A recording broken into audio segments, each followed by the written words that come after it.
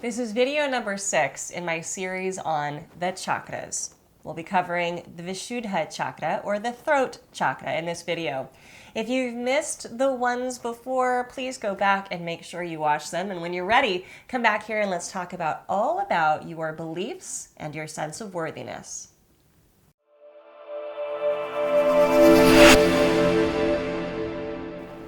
The Vishuddha chakra or the throat chakra is located, unsurprisingly, at the throat. It incorporates our vocal cords, our cervical spine, our neck, our jaw, our tongue, and anytime we have any sensations or feelings or even pain or chronic pain in this area, that's our throat chakra speaking loudly and clearly that we need to pay attention. So as I've mentioned before, in most all of these videos, our work as spiritual practitioners is internal. We want to go inside and listen to the messages that our psyche, our spiritual selves are sending through the physical body. If we understand how to listen, we will hear that communication. And then based on our behavior and our practices, we can speak back to the psyche and create an incredible form of communication between our outer selves and our inner selves. This is the heart, really, the crux of yoga psychology and how it works. And it is based entirely on the chakras.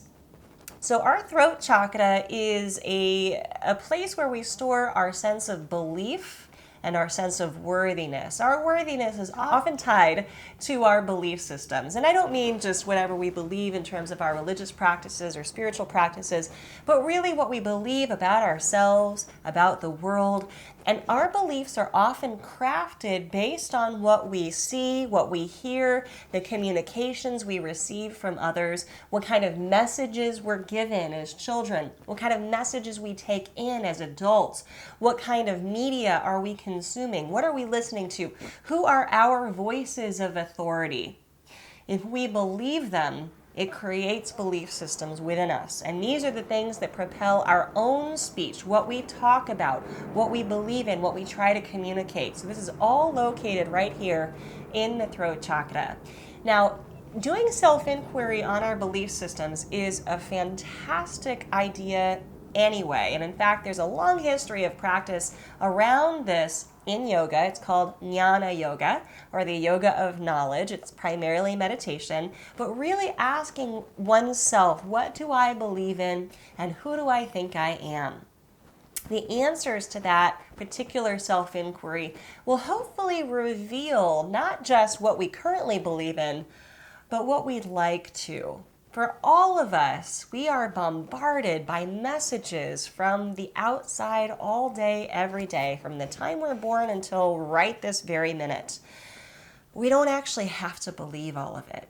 We don't actually have to take all of it on. And there's a trick for this. If we want to be a person who believes in our own worthiness, our own sense of self, then we must be already saturated by that spiritual connection and that spiritual internal force. Let's think of a sponge. A sponge, if it's dry, will soak up all of the water that touches it. However, a sponge, if it's wet, no other water can really saturate in.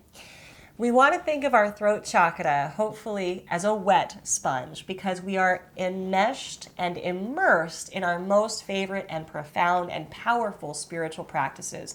That we are consistently doing whatever we need to do to fuel and foster the belief in our own sense of spirit, connection, and worthiness. If we are devoid of that, if we don't engage in some kind of spiritual practice, then we become a dry sponge. And when others tell us who they think we are, well, we might soak that up.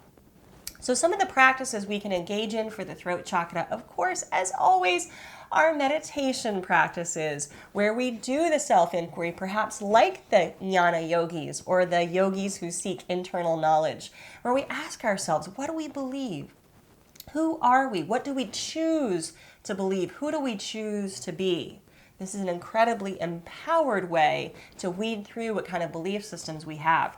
Also, to finally curate the kinds of messages that we receive, to maybe tone down some of the media that we consume, or to inquire about what kind of media we wish to consume. What do we want to ingest? right? If anything's going to attach itself to this sponge, we need to make sure that the messages coming in are what we might potentially even want to soak up.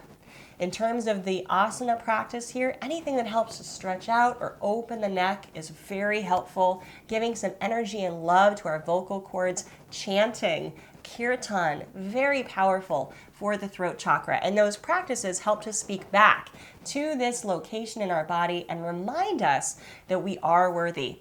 If we want a meditation practice that's going to help to instill and empower our throat chakra, use the simple mantra, I am worthy. And that's going to remind your psyche, your internal self, that no one else can tell you who you are. That who you are is whole, complete, and perfect, just as you are. In our next video in this series, we'll be going over the third eye chakra, the Ajna chakra. So I'll look forward to talking to you more about how you can connect with the entire world around you.